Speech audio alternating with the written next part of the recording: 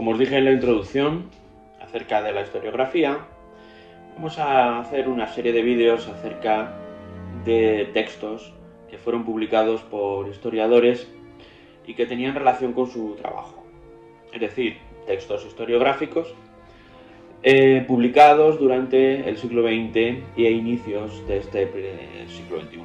Vamos a seleccionar aquellos textos que definan mejor su metodología, su pensamiento, su forma de trabajar. Y de acuerdo con la comparación con los diversos historiadores que van a seguir estos vídeos, estas píldoras historiográficas, podremos ver cuál ha sido la evolución a partir de sus contextos históricos cambiantes, de su pensamiento. El primer historiador que he seleccionado es Edward Meyer.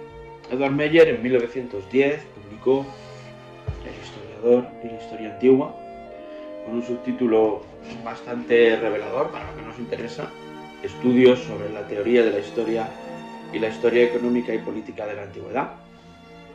Es interesante sobre todo porque su contexto histórico tiene que ver con ese avance de los nacionalismos que acabarán en la Primera Guerra Mundial. Un contexto histórico definido por la eclosión del imperialismo y del colonialismo en unos profundos cambios económicos, sobre todo pensando en que la segunda revolución industrial derivada de la expansión del petróleo y la electricidad está cambiando sobre todo el mundo que hasta entonces se conocía.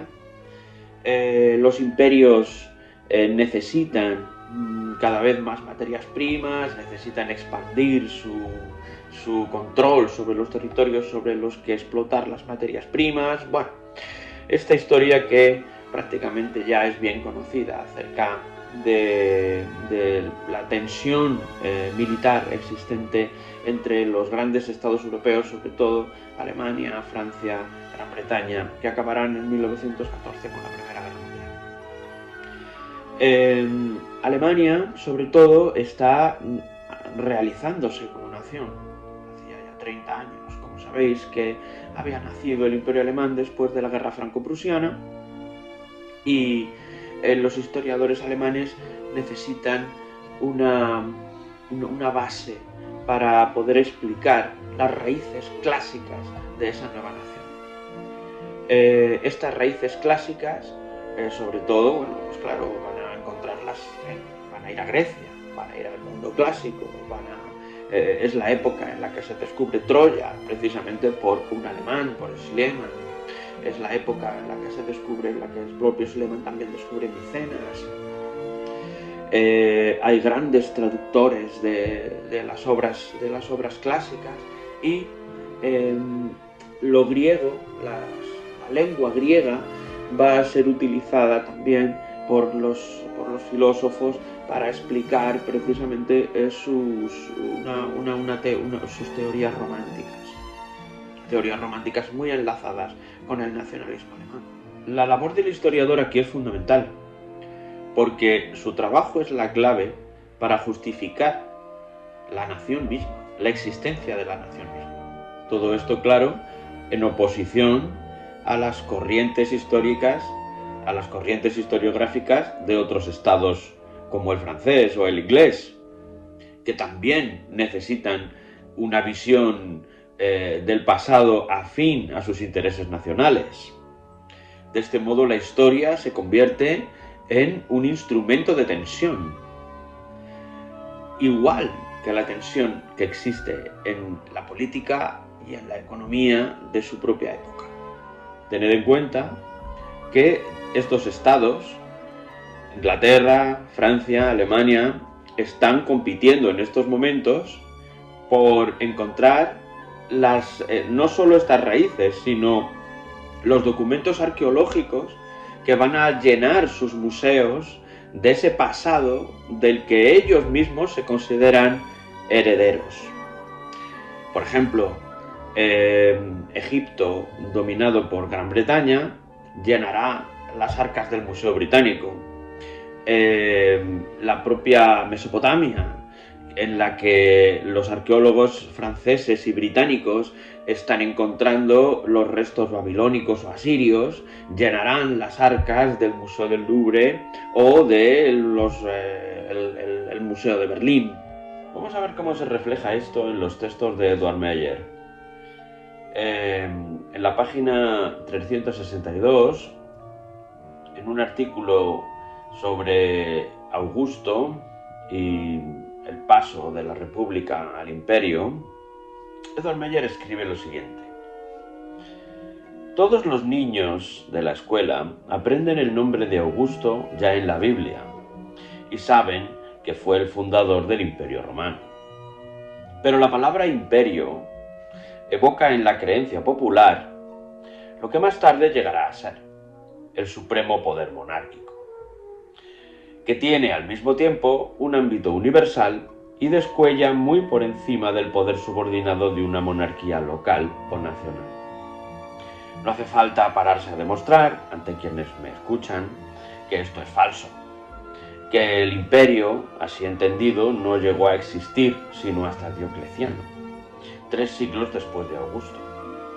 Hasta hace unos 30 años, en que Theodor Mommsen puso de relieve la naturaleza y las instituciones del Principado, en genial recreación, no se convirtió en patrimonio común de la ciencia histórica la conciencia de que el imperio creado por Augusto, el Principado, no era una monarquía, sino una magistratura encuadrada dentro de los marcos de la Constitución republicana.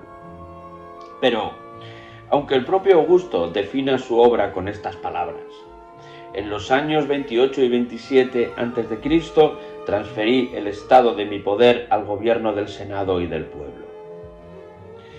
Y aunque los testimonios de la época presenten el acto del 13 de enero del año 27 como la restauración de la República legítima, seguramente que son muy pocos todavía hoy los historiadores que, fuera del círculo de los especialistas, saben interpretar de un modo real y en su plenitud el sentido y el alcance de tales palabras.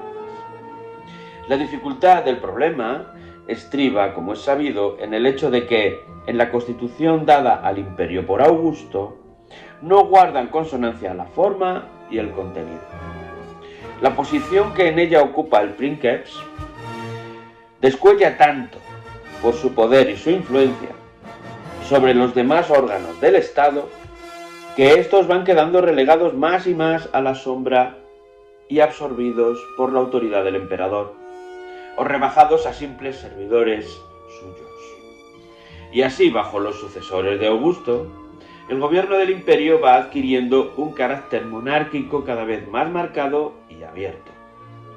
Recordaremos, a título de comparación, y esto aquí es donde viene lo interesante, las dificultades con que tropieza la teoría política por definir la estructura del imperio alemán, en que la federación de los diversos estados soberanos, transmitida por la historia, aparece entrelazada, formando una unidad estatal con la formidable supremacía del estado prusiano, y en que el rey de Prusia es, al mismo tiempo, el exponente del poder imperial. La posición que ocupaba el princeps dentro del Estado romano se parecía mucho, en efecto, a la que en Alemania ocupa el rey de Prusia. Es interesante este texto a la hora de entender, como dije antes, la relación existente entre el estudio de la antigüedad y su relación con el presente del propio historiador, en este caso Eduard Meyer, que escribe esto, que es parte de una conferencia expuesta en 1903, aunque incluida después en este libro de 1910. En realidad, él tiene una posición política muy clara con respecto al Estado alemán. Y entonces él claramente quiere hacer una relación entre sus estudios acerca de la antigüedad con su propio presente y el propio nacionalismo propio de del Imperio Alemán en ese momento.